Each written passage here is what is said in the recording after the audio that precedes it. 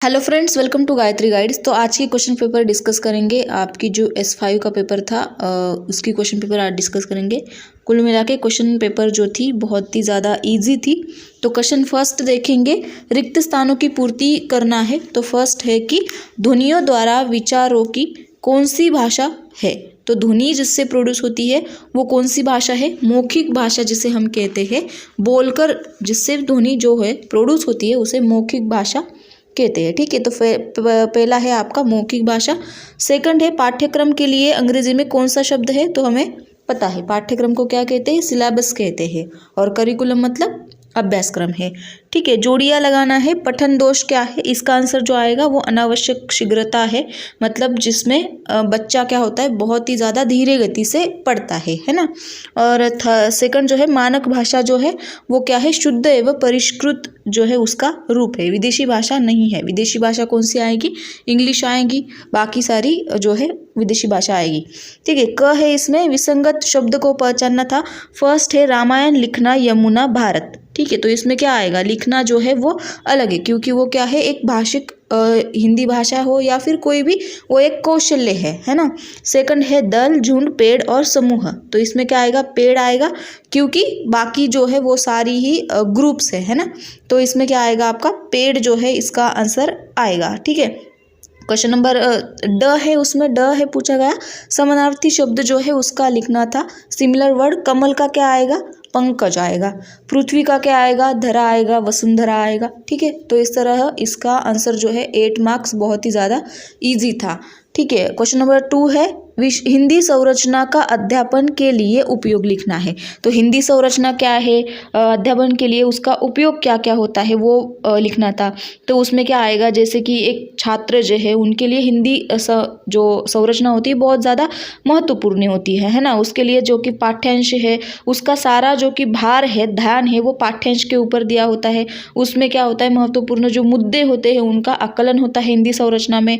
जो कि पाठ्यक्रम हो, पाठ्य पुस्तक हो, उसके जो उद्देश्य होते हैं वो सरलता से हम जान सकते हैं। इस तरह से आपको उसकी संरचना के उपयोग लिखने थे। क्वेश्चन नंबर 2 है उसमें अथवा मतलब और क्वेश्चन दिया था, भाषा की विशेषताएं लिखनी थी।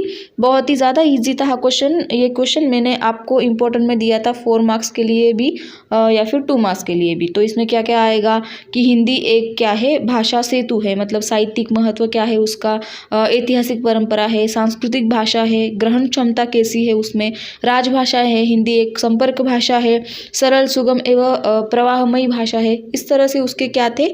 विशेषताएं आपको लिखनी थी। क्वेश्चन नंबर 2 है यहाँ पे, सॉरी उसमें 2 है लेखन कौशल्य का महत्व स्पष्ट करना था। तो लेखन कौशल्य क्या है उसका महत्व जो है वो आपको स्पष्ट करना था। तो उसमें क्या आएगा? लेखन जो है वो शुद्ध, स्पष्ट और निर्दोष होना चाहिए। लिखावट सुंदर तथा सुवाच्य होनी चाहिए। और लेखन में जैसे कि अभिव्यक्ति होनी चाहिए, ज्ञान की अभिव्यक्ति होनी चाहिए, तार्किकता होनी चाहिए, क्रमबद्धता होनी चाहिए। लेखन जो है वो लिखा हुआ समझ में आना चाहिए सामने वाले लोगों को। तो इस तरह से इसमें क्या था? लिखना था। ठीक है, तो से इसमें और क्वेश्चन था आपको स्वाभाविक प्रणाली के लाभ लिखने थे आपको। तो इसमें क्या लिख सकते हैं कि बालक जो है मातृभाषा जो है वो बिना कोई दिक्कत से, बिना कोई झिझक से क्या होता है वो अपने आप पढ़ लेता है, बड़ी असहजता से वो सीखता है। तो वैसे ही अनौपचारिक और औपचारिक भाषा क्या है? तो उसमें लिखना था औपचारिक मतलब जो है फॉर्मल लैंग्वेज है, अनौपचारिक मतलब इनफॉर्मल लैंग्वेज है। तो इस प्रकार इसमें क्या लाभ है वो आपको लिखने थे। 2 मार्क्स के लिए इजी था दोनों ही, और क्वेश्चंस जो है वो भी इजी थे और मेन क्वेश्चन भी इजी था। क्वेश्चन नंबर 3 था इसमें हिंदी भाषा शिक्षा के सामान्य उद्देश्य आपको लिखने थे। हिंदी भाषा शिक्षा के जो है सामान्य उद्देश्य, तो उसमें क्या आएंगे? राष्ट्रीय उद्देश्य आएंगे, व्यावहारिक उद्देश्य, साहित्यिक उद्देश्य, सांस्कृतिक उद्देश्य और द्वितीय भाषा के उद्देश्य। इस तरह से 5 पॉइंट आपको वहाँ पे लिखने थे। 5 में से 2 भी लिखे होंगे तो भी क्या है मार्क्स मिलेंगे। फिर क्वेश्चन नंबर 4 था, उसमें विशेषण की परिभाषा बताते हुए उदाहरण लिखना था। विशेषण मतलब क्या? एडजेक्टिव है, मतलब क्या कि कोई जो सर्वनाम है या फिर संज्ञा या सर्वनाम की जो विशेषता होती है उसको बताने वाला कोई शब्द है जिसे हम क्या कैसे कहते हैं? विशेषण कहते हैं। जैसे कि वह लड़की बहुत सुंदर है, तो उसमें क्या आएगा? सुंदर जो है विशेषण है। इस तरह से आपको डेफिनेशन लिख के एग्जाम्पल लिखा तो 2 मार्क्स यहाँ पे मिलने वाले थे। ठीक है, क्वेश्चन नंबर उसमें और क्वेश्चन था क्रिया किसे कहते हैं, क्रिया के प्रकार लिखने थे। ठीक है, तो क्रिया भी बहुत इजी था ये भी सवाल। तो क्रिया क्या है, वर्ब जिसे हम कहते हैं। ठीक है, मतलब कोई ऐसा जिन शब्दों से किसी कार्य का होने या फिर करने का बोध होता है ना, मतलब कोई क्रिया हमसे होती है तो उसे क्या कहते हैं हम, वर्ब कहते हैं या फिर क्रिया कहते हैं। जैसे कि मैं पढ़ रहा हूँ या फिर मैं पढ़ रही हूँ, मैं सिखा रही हूँ, तो इसमें क्या है जो सीखने की जो है वो क्रिया है। ठीक है, तो इस तरह से क्या है यहाँ पे आपको वो जो चीज़ है यहाँ पे लिखनी थी। दोनों भी बहुत इजी थी, सिंपल थी। ठीक है, आगे का क्वेश्चन था आपका क्वेश्चन नंबर 3 था। तो उसमें पूछा गया था, सबसे पहला क्वेश्चन था राष्ट्रभाषा हिंदी की आवश्यकता जो है वो आपको स्पष्ट करनी थी। तो यहाँ पे फर्स्ट क्या आएगा, जैसे कि व्यवहार की भाषा है राष्ट्रभाषा।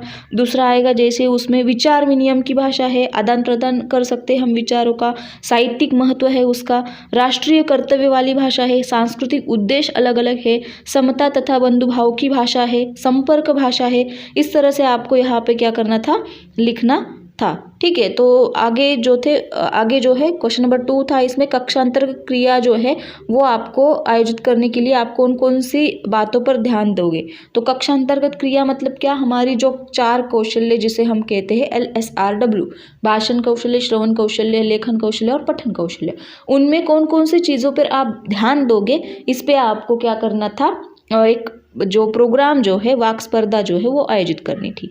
ठीक है, तो इस प्रकार ये भी बहुत ज़्यादा इजी था। क्वेश्चन नंबर 3 था और उसमें और क्वेश्चन भी पूछा गया था। तो उसमें क्या है, पाठ्य पुस्तक की किन्हीं 3 विशेषताओं का स्पष्टीकरण आप कैसे देंगे। पाठ्य पुस्तक जो है उसकी 3 विशेषता होती है, तो उसका स्पष्टीकरण आपको यहाँ पे देना था। तो वो भी बहुत ज़्यादा यहाँ पे ईजी था क्वेश्चन। उसमें और क्वेश्चन था कि कक्षा 7वीं की पाठ्य पुस्तक के पाठ्य पुस्तकों का जो वर्गीकरण है साहित्य प्रकार के लिए आधार पर आप कैसे करेंगे। तो उसमें हमें पता है कौन कौन सी लगभग 6 चीज़ें आती है। तो सबसे पहले उसमें तात्विक सामग्री होती है, फिर उसके बाद चित्र होता है, भाषिक स्तर होता है, फिर इसके बाद पाठों का वर्गीकरण होता है शायद, फिर उसके बाद जो है नवीन शब्दावली है, स्वाध्याय है, चित्र है। इस प्रकार उसमें क्या है 6 से 7 पॉइंट आपको लिखने थे। क्वेश्चन नंबर 4 था संभाषण प्रणाली की त्रुटियां जो है वो लिखनी थी। संभाषण प्रणाली मतलब क्या, जो अपनी कॉन्वर्सेशन प्रणाली जो है उसकी त्रुटियां आपको लिखनी थी। तो संभाषण प्रणाली की त्रुटियां क्या क्या आएगी वो आपको यहाँ पे लिखना था। ठीक है, तो इस प्रकार इसमें था। और उद्गामी पद्धति के आपको लाभ लिखने थे। उद्गामी पद्धति जो है वो बहुत ज़्यादा इजी है कि लाभ क्या है कि ये जो मेथड है, ये जो पद्धति है वो क्या है, चाइल्ड सेंटर है, उसमें वक्त कम लगता है ना। यहाँ पे विद्यार्थी क्या होते हैं, सक्रिय होते हैं, है ना, विद्यार्थी यहाँ पे एक्टिव होते हैं। इस प्रकार जो है वो आपको यहाँ पे लाभ उनके लिखने थे। क्वेश्चन नंबर 4 था जिसमें पहला था पाठ्य पुस्तकों का शिक्षा के स्थान जो है वो स्पष्ट करना था आपको। पाठ्य पुस्तक जो है उसमें शिक्षा का स्थान क्या है वो आपको स्पष्ट करना था। फिर आगे का क्वेश्चन था भाषण अभिरुचि विकसन के लिए आप कौन कौन से उपक्रम करेंगे। तो ये भी यहाँ पे दिया था। तो उसमें क्या आएगा, भित्ति पत्रिका होगी, लेखन होगा, पठन होगा, क्रीड़ा स्पर्धा होगी, श्रवण स्पर्धा होगी, भाषण स्पर्धा जो है वो यहाँ पे आएगा।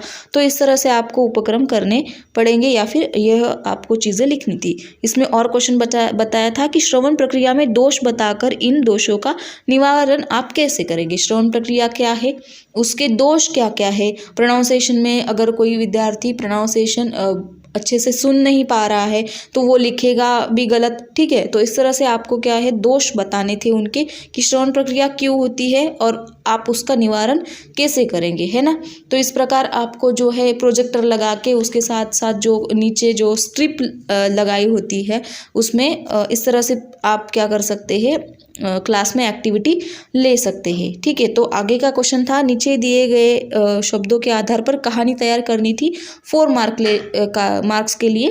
तो इसमें था एक जंगल, खरगोश तेज, ये तो हमारी वो खरगोश और अपनी जो कछुआ है उसकी यहाँ पे स्टोरी आपको लिखनी थी। तो सबको हमें पता है वो स्टोरी क्या है। तो इस तरह से ये क्वेश्चन था। उसमें और क्वेश्चन था कि साहित्यिक प्रकारों का अध्ययन करना आवश्यक है, इस विधान पर अपना मत जो है वो प्रकट करना है। साहित्यिक प्रकार क्या क्या है, जैसे कि हम कोई साहित्य जो है वो शिक्षण प्रक्रिया में क्या करते हैं, उपयोग करते हैं। तो उसमें अध्यापन करने के लिए क्यों आवश्यक है, जैसे प्रोजेक्टर हम यूज़ कर रहे हैं, एलसीडी हम यूज़ कर रहे हैं, तो वो क्यों आवश्यक है वो आपको यहाँ पे लिखना है। जैसे कि हमारे इंस्ट्रक्शन मटेरियल है, सारे साहित्य प्रकार जो है, दृक श्राव साधने हैं, श्राव साधने हैं, है ना, मतलब ऑडियो एड से, विजुअल एड से, उनका अध्यापन में आवश्यक क्यों है, अध्यापन जो है उनका करने में आवश्यक क्यों है, वो सारी चीज़ें यहाँ पे लिखनी थी। तो इससे अच्छा ये क्वेश्चन जो था वो यहाँ पे इजी था आपके लिए, वो खरगोश और कछुए वाली स्टोरी, तो ये भी तो इजी था। तो इस प्रकार के कुल मिला के सारी जो आपकी क्वेश्चन पेपर थी वो बहुत ही ज़्यादा इजी थी, सिंपल थी। तो लगभग सब क्वेश्चन पे आपको जो और क्वेश्चन है वो बताए गए थे, बहुत ही ज़्यादा सरल, सुंदर और इजी क्वेश्चन पेपर थी। ठीक है, 40 मार्क्स के लिए आपकी ये क्वेश्चन पेपर थी, आपको चाहिए 20 मार्क्स पासिंग के लिए। तो आई होप कि आपको एग्ज़ाम जो है अच्छा गया होगा। आगे जो एग्ज़ाम बचे हैं आपके 3 पेपर, 4 पेपर, हाँ 3 पेपर, तो उनकी तैयारी कीजिएगा अच्छे से। और अगर वीडियो पसंद आए हो तो लाइक शेयर सब्सक्राइब करना। मिलते हैं फिर अगले किसी नए वीडियो के साथ। Bye bye, take care.